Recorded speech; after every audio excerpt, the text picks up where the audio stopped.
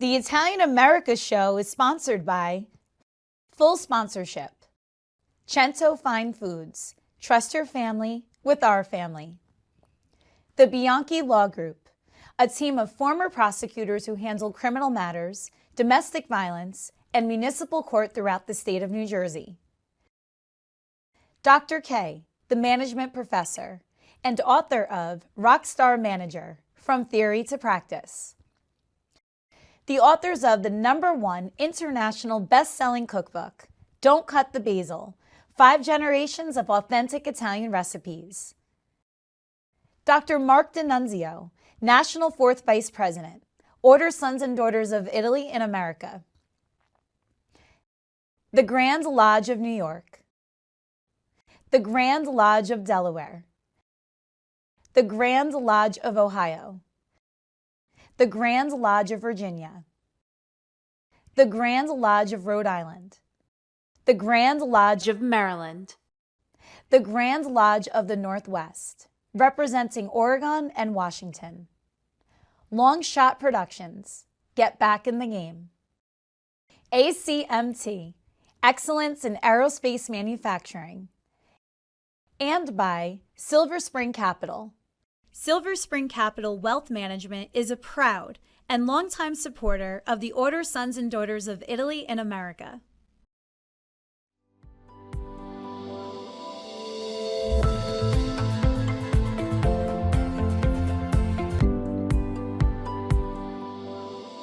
Welcome back. My name is Bob Bianchi. I'm the National President of the Order Sons and Daughters of Italy in America, and I'm very proud to have our guests back again. They're talking about economic and financial abuse and tech abuse. Robin Hughes from JBWS and Patrick Higgins from PwC.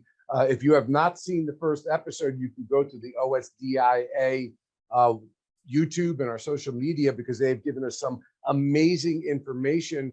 Guys, I'd like you to do a little recap.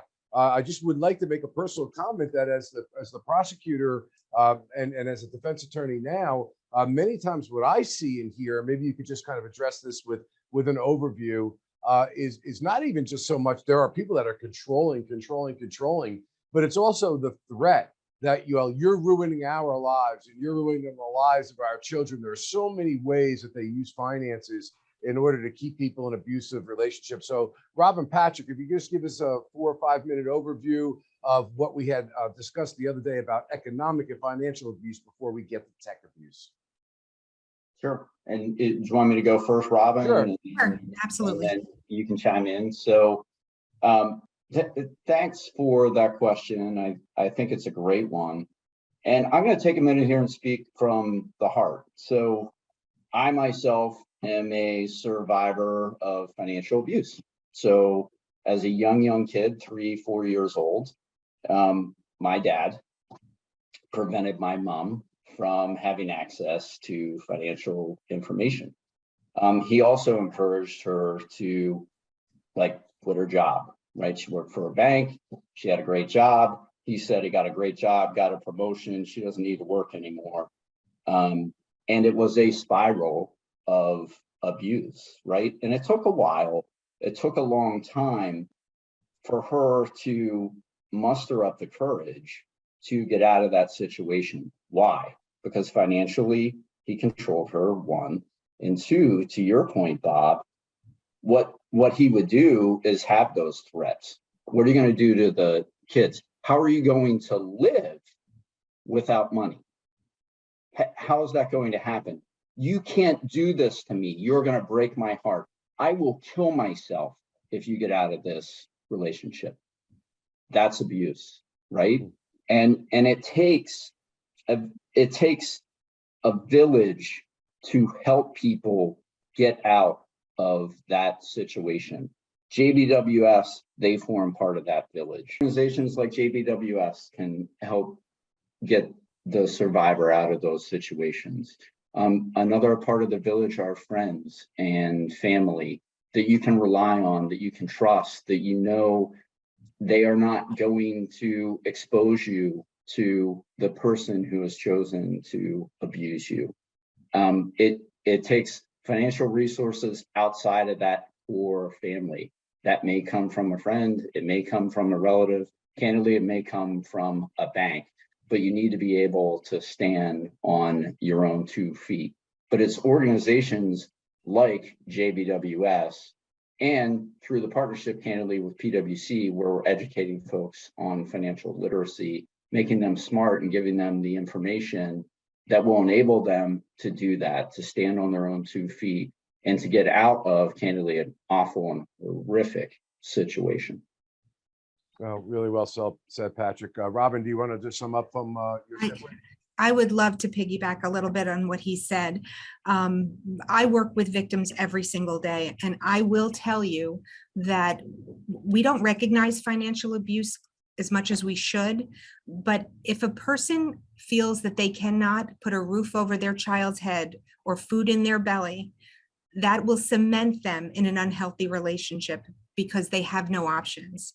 So being able to support them and give them options and give them resources will give them the momentum to move forward and move forward to safety.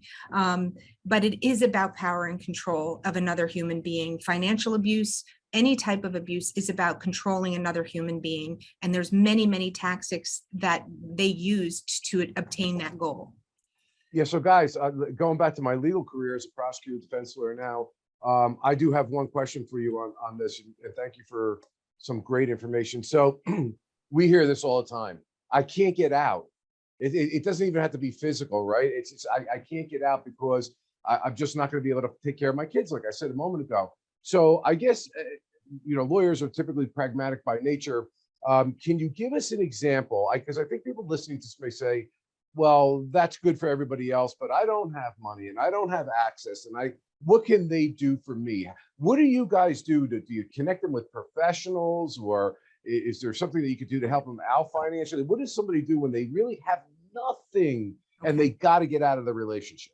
Well, see, that's where I come in, because I work with the police. What I do is I manage the crisis response team. So if I'm with a victim in a police station and I'm hearing they have nothing, they have zero resources that are cementing them there, my job is to give them resources. My job is, personally, I feel we need to address it on a hierarchy of needs. If I'm sitting with someone who says they don't have diaper and formula for their baby, I'm getting them diapers and formula for their baby.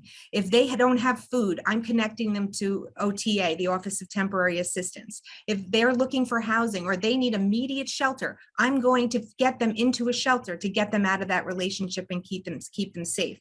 It really is meeting them where they're at, that Patrick mentioned earlier. We have to address every situation on an individualized basis to really ascertain where they are, what their needs are, and to be able to help them move forward, meeting their needs along the way. And it's about connection. It's about relationships with other organizations that can maybe step in and help them. There's plenty of help out there. It's really, people don't know that there's help out there. It's connecting them to the right people who can help them. Yeah, and I like to just add to that from a professional point of view. A lot of people don't realize that. I know you guys also work with attorneys as well, and those attorneys can prevail upon the courts. And people think that, oh, it's my money and you're never going to touch it. That's not the way it works when somebody's in these situations. So I know you guys make those connections as well, and you always do a great job. Joanna, do you have any questions you'd like to ask? Yeah, I have a question for Robin to wrap up a bit the conversation that we've had so far. So what are some of the differentiated ways that you bring services to clients? So from what you've seen so far. Well, what I do is with the police departments, we respond directly when there's when a person responds to a police station or has police involvement. We're going to meet with that person right in the police station, and we're going to ascertain what their needs are, and we're going to get them the help in that moment. We collaborate with a lot of community members. So we work with the hospital. We respond to the hospital when people don't want police response. They showed up with injuries, and they're disclosing that to a nursing staff, and the nursing staff is reaching out to us, and we're going to meet them right where they are. And I have to say, during COVID, we got creative, and we were able to meet with people at Dunkin' Donuts or in a parking lot of a library. Wherever people are, wherever we get connected, we're going to go, and we are going to offer resources and help propel them forward. Amazing. Anything else you want to? Pardon? Anything else? That would be all from my side, because Robin was actually excellent. She gave more information than I was asking for, so her answer was very elaborate. So thank you again, Robin. I want to bounce off that to Patrick. Yes. So Robin's there in a crisis, it sounds to me, situation, and not just a police department, not just a hospital, but even a Dunkin' Donuts, or you can call up if you feel trapped. But Patrick, where do your people come in paraprofessionally in terms of helping them out with what they can do financially? Yeah, I mean, it's a couple of different ways, right? So first, at the board level, I mean, one of the things we do on the board is consider the strategic vision for JBWS, right? What are the nature of the services that we are going to provide, not just now, but also into the future? As an example, as an organization, the organization historically is focused more on the survivor, if you will, than on the person who has perpetrated the abuse, right? And if you ignore that side of the equation, potentially what you're doing is just perpetuating, the cycle of abuse for whoever the next, candidly, victim is. So is there a means or a way that we can educate them and help them heal? Normally when you sort of dig into things, right, there's a reason that someone who perpetuates an abuse does it, right? It's because they've been abused themselves, or they need counseling, or they need help, right? So that's something we are thinking about in terms of the strategic vision of the organization. First and foremost, it's always going to be survivors of domestic abuse, but can we be doing more, right? So that's one. The second one, before I get into our counseling and our coaching and our teaching, is money, right? I mean, we have special grants for organizations like JBWS, and they have tapped into that, and we have donated generously, both as an organization, but also our individuals who are passionate about the organization as well, right? So it's about putting your money where your mouth is. And last but not least, on our coaching and counseling, it's hard, right? Because at PwC, we're a very broad, diverse organization, right? We have consulting, we have tax professionals, we have accounting and audit professionals, many of whom are CPAs, right? But as a CPA, I'm not a licensed or registered investment advisor. So we have to be careful on the nature of the advice that we provide. Nevertheless, listen, we went to 4 years of college. We've been in the financial world for a long, long time. We need to help through our curriculum, the survivors understand from a financial literacy standpoint, the basics and where to go get information, so that they can help get themselves out of the situation that they're in. And that's what our, I'll call them our teachers or our volunteers. That's what they are doing. Patrick, this is the second in a multi-part series, and this is the second time I've heard, and I'm very impressed with the concept of also working with the offender. I can tell you, as both a criminal law practitioner, whether it's a prosecutor or a defense attorney, people would be surprised that how broken, mentally ill, addicted combination thereof who want help. They see that what they're doing is destroying their partner, their families, and even themselves. And they feel like they're such a pariah. They feel like the system is against them so much. Maybe we could talk a little bit about the importance of that balanced approach for those who've gotten so low. Maybe they've had criminal law involvement, maybe they've been arrested, maybe they're in domestic violence court. I know from previous seminars that there is a success rate to those people that have hit rock bottom. Can you talk, either one of you, about a little bit of that?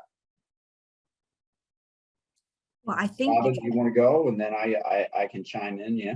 Well, I can speak to the program that we have, which is the ACT program and the VISTA program in our county. And that is, sadly, right now it has to be court ordered. So, but interesting enough, I just had a meeting about this. When I sit with people and they say they don't want to break up their family unit, that they want to fix their family unit. The way to do that is by having people voluntarily go into these programs to learn these tools, coping mechanisms, and to address the trauma in their lives for them to move forward and be better partners and be more communicative and have the best interest of their family unit in their hearts. So it's about connecting them to services on their own without the court intervention. I mean, that will force someone into a program, but if they're forced into it, generally they don't want to be as willing a participant as if their heart's goal is to keep their family unit together. And we have those. We have the VISTA program is for women who use force, and the ACT program is for men who use force. Yeah, I mean, when you think about healing, right, which is should be part of our mission and our goal. You can't do that holistically if you're not looking at all sides of the equation. So that's part of it. Oftentimes that needs to be separate for legal and other reasons. In other words, the team that is dealing with the survivor can't be the same team that is dealing with the person that perpetrated the abuse, right? By necessity and by design. But also, like, as part of that process, you can get a sense for how bought into healing folks are, right? So you can also be better as an organization as a result of attacking it from all angles, right? But it's hard, right? You're talking about safety of a human being, right? So it's a very challenging next step to think about. But obviously, Bob, if a court is ordering it in many instances, like there's some merit to focusing on it. Yeah, I used to look at the criminal justice system in many ways, guys, as a stick and carrot. I mean, we have an opportunity as prosecutors to go heavy or not. And if you're willing to go into rehab, or if you're willing to go for mental health counseling, or if you're willing to go into ACT program, or whatever it is, then we were willing to consider if you were honestly rehabilitating. So it's such a powerful thing. I'm glad you guys brought that up. Okay, we got to move on. I'd love to talk to you guys forever. But let's go on to tech abuse, if you guys don't mind. We have about 10 or 15 minutes.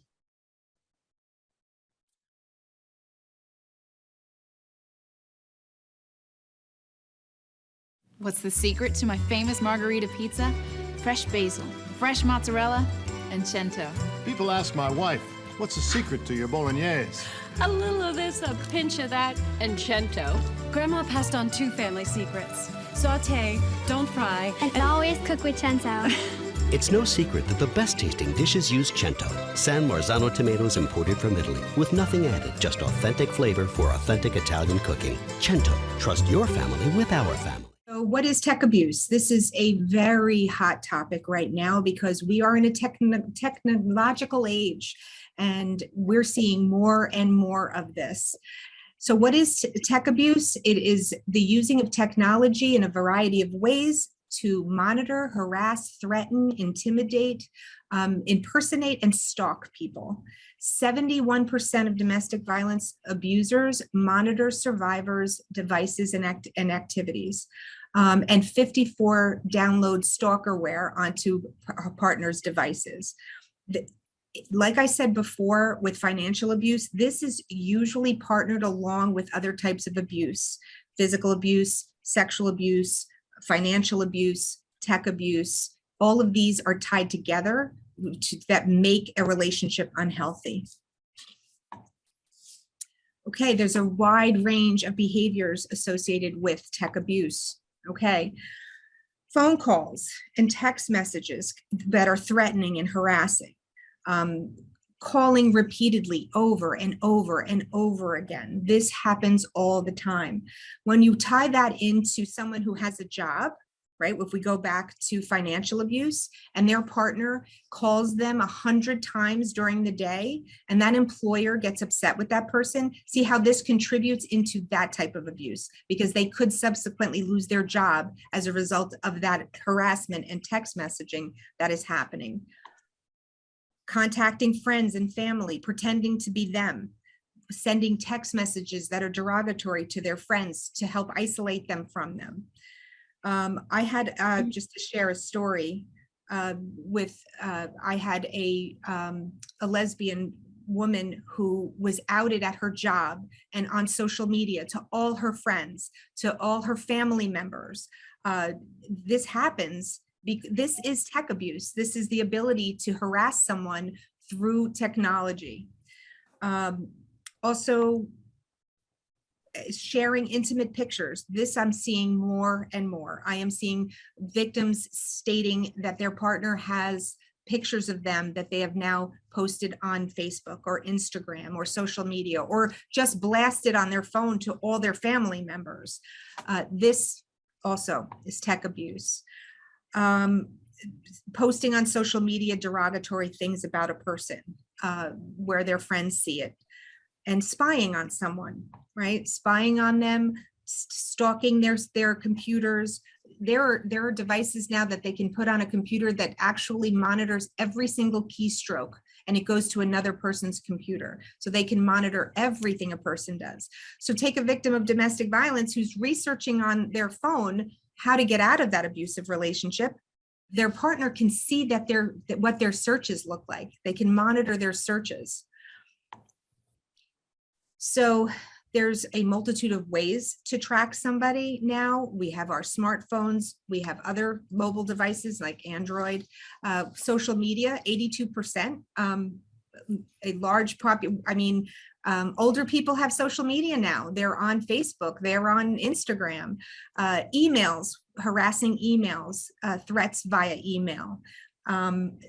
GPS tracking devices. We all have OnStar on our cars now. Whoever the owner of that OnStar is has the ability to track that person from point A to point B all day long. They can track where they go, how fast they go, if they use their phone in the car. This technology did not exist before, and it's becoming more and more prevalent in abuse and in abusive relationships. Okay, what does it look like? Okay.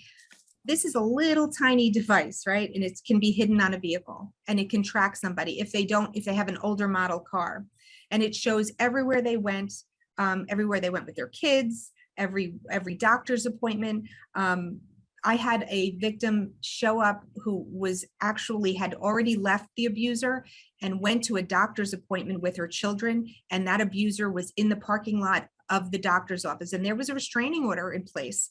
But the way to connect through the phone, or through this device, they were able to actually monitor when they arrived at their doctor's appointment. Very popular right now are these Apple AirTags. They could be stuck in a pocketbook, they could be put in under the seat of a car, and it literally tracks the person can find you right away where you are. I told you about OnStar. They can track your car, where you are, what street you're on, what building you're in, how long you stayed there. They can tell how long you stayed at a spot as well.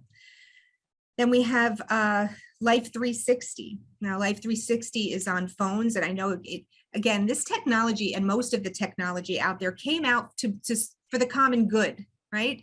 But let's face it, people can manipulate things for bad, right?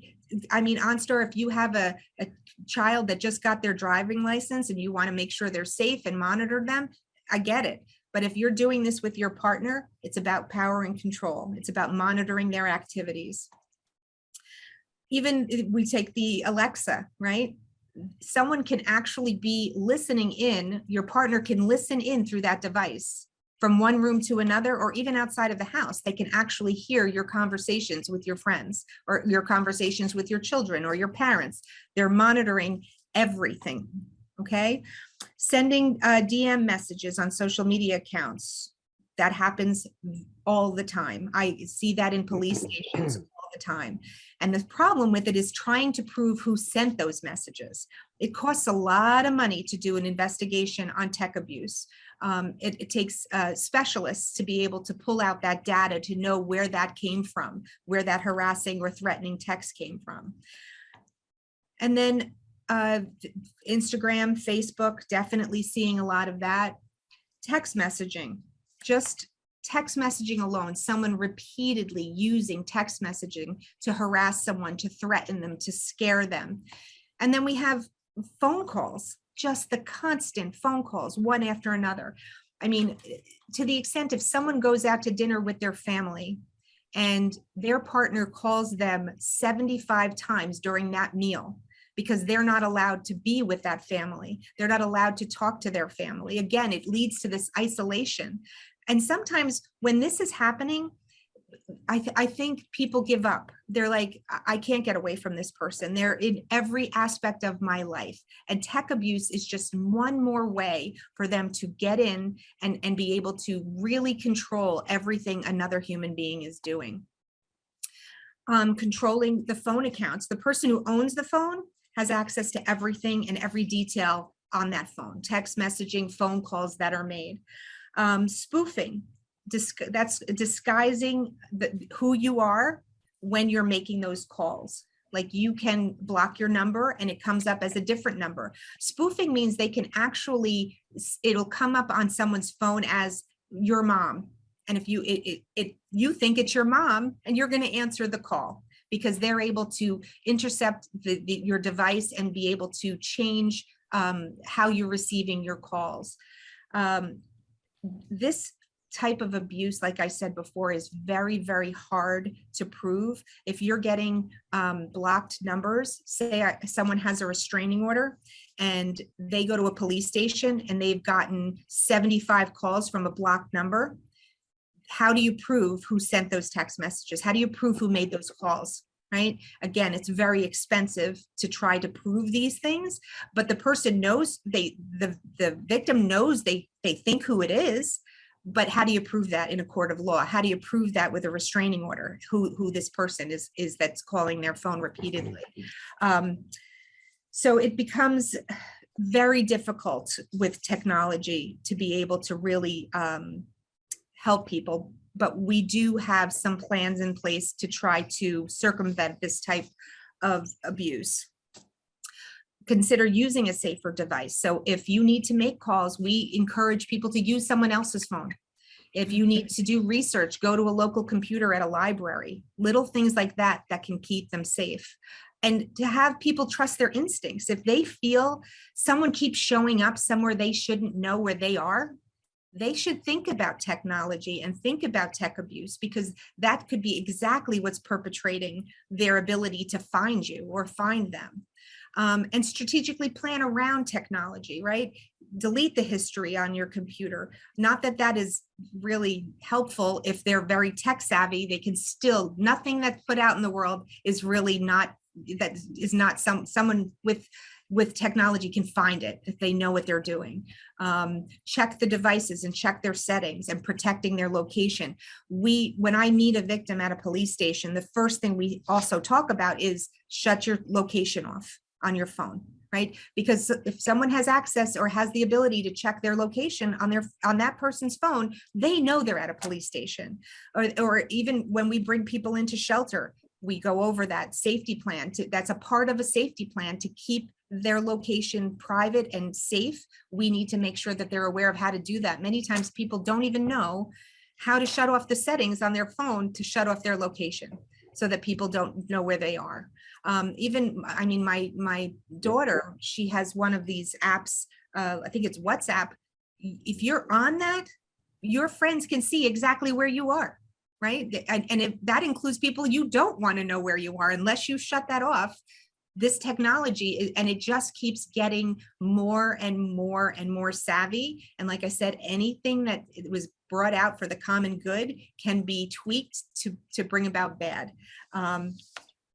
Definitely some things that can happen. Protect the addresses. Like we have people make new new accounts, right? You need new passwords. Because if you're with somebody, they know you and they know what passwords. I'm going to use the name of my dog as my password. Their ability to get into, if we look over back to the financial abuse, right? This tech abuse ties together. So as far as knowing people's passwords, getting access to accounts, because they know them, so they can go through a series of things that they've used in the past, and that tech abuse allows them to have access to personal information and things that they're doing in their lives, and limiting the information they give out to others, right? So, I mean, we want to believe that we have all these trusted friends, but if you're telling somebody where you are, do you trust that person not to share that information? If you're, and limit the information you give out when you're talking to someone on the phone. You know, I think about a situation, just simple tech abuse, not even in domestic violence, where they check into a hotel and someone calls the hotel room and says, "Oh, I'm sorry, Mr. Jones, your card didn't go through." And they say, "Oh, can you just repeat your card number?"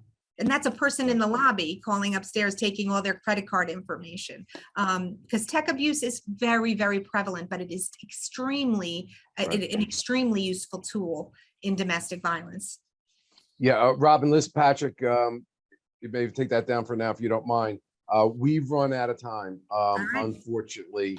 I see that you have your contact information there so that people could reach out to you. I'd just like to make one comment. Later in this series, we are going to talk. Robin brought out like what I hear virtually every day of my career about the tech abuse and exactly what she's talking about. There are ways to go about proving it. And I always suggest get a lawyer that's in this space that knows what they're talking about. I find, Robin, that sometimes they jump too quick, and there are ways that a lawyer tells them, do this, follow this way, follow this path, so they can build the evidence. And of course, they can work with prosecutors and the police to do some of the behind the scenes tech things that need to be done. So there is a manner in which to make it easier to do. Guys, you've been great. I see that they have their information up there. Do you want to give the folks that are watching a little bit about our information at the OSDIA? And please, this is part 2 of a multi-series. We are going to have legal and strategies down the road. Yolanda, you can take it from here as we close the show. All right, so thank you very much, Bob, and most of all, thanks to our special guest who provided this information. As our president said, this is the first time that OSDIA engages in this kind of topics, and we do it because we see that there is a need for this information. So having people working on the front line, working directly with victims and with offenders is something that can potentially support more people in need. So we find this extremely valuable, and we look forward to the next episodes. Thank you, guys. Thank you. For more related topics in this series, please visit our YouTube channel, Order Sons and Daughters of Italy in America. For more information on Order Sons and Daughters of Italy in America and how to join, please visit osdia.org. Please also follow us on social media. The Italian America show is sponsored by Full Sponsorship, Cento Fine Foods. Trust your family with our family. The Bianchi Law Group, a team of former prosecutors who handle criminal matters, domestic violence, and municipal court throughout the state of New Jersey. Dr. K, the management professor and author of Rockstar Manager, From Theory to Practice. The authors of the #1 international best-selling cookbook, Don't Cut the Basil, 5 Generations of Authentic Italian Recipes.